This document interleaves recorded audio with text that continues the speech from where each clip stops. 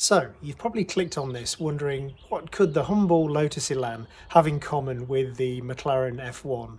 So we've kind of got an unloved Lotus, an unloved classic car to a certain extent because it was front wheel drive, which was such a kind of an upheaval at the time, and until people had a go in them and realised how good they were. But yeah, what could this car that is kind of forgotten about, kind of unloved, have in common with the McLaren F1?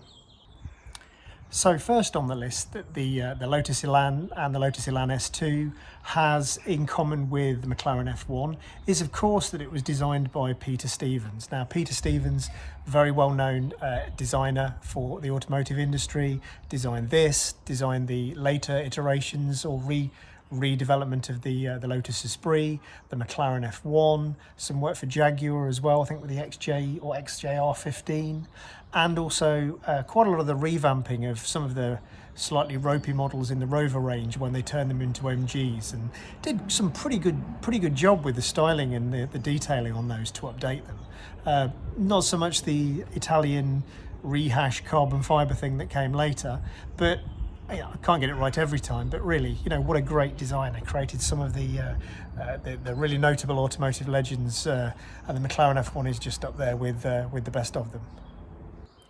One of the ones that people are probably most familiar with as being used on the McLaren F1 are these indicator and side lights here. Peter Stevens was a big fan of these and he used them on a few of his designs.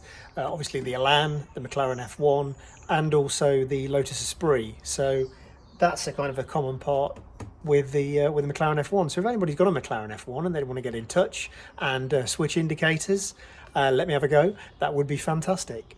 But yeah, so these are another Peter Stevens staple.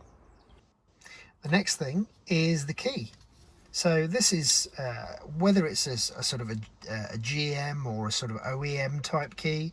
It looks like it's got almost like an Opel badge on it here, but I don't think it is quite the same as an Opel. It's just got a flash on there, which is for the central locking.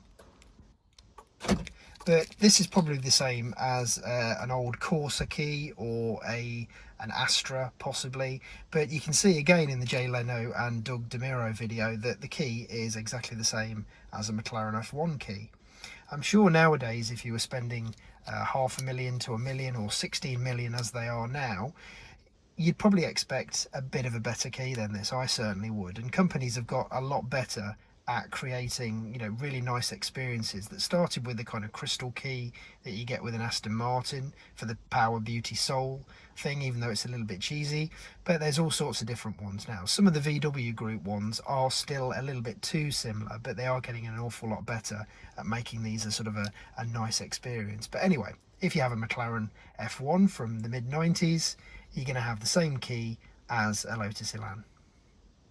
So the next thing that the Lotus Elan has in common with the McLaren F1 is this little button here, which is to control the mirrors. So we've got a little button to control the mirrors left and right and switch it between passenger and driver's side. And if you look on the video by Doug DeMiro and Jay Leno, you can see quite clearly inside the car this little button here, which I think is a GM switch as far as I know. So there we go, that's another similarity.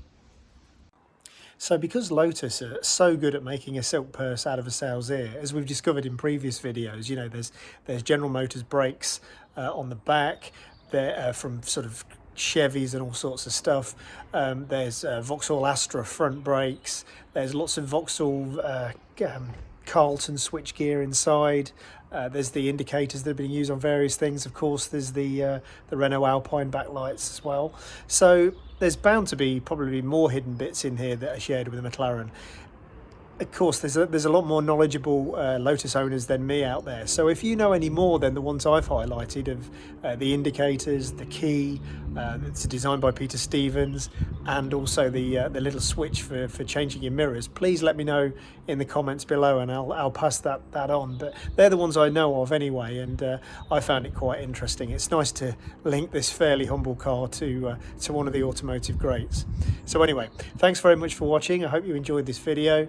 Please like and subscribe. It'd be great to have you join the channel and catch up on what we do further on. We've got some other stuff coming up where we're going to start to look into other cars as well as the Lotus, so keep watching. Thanks very much.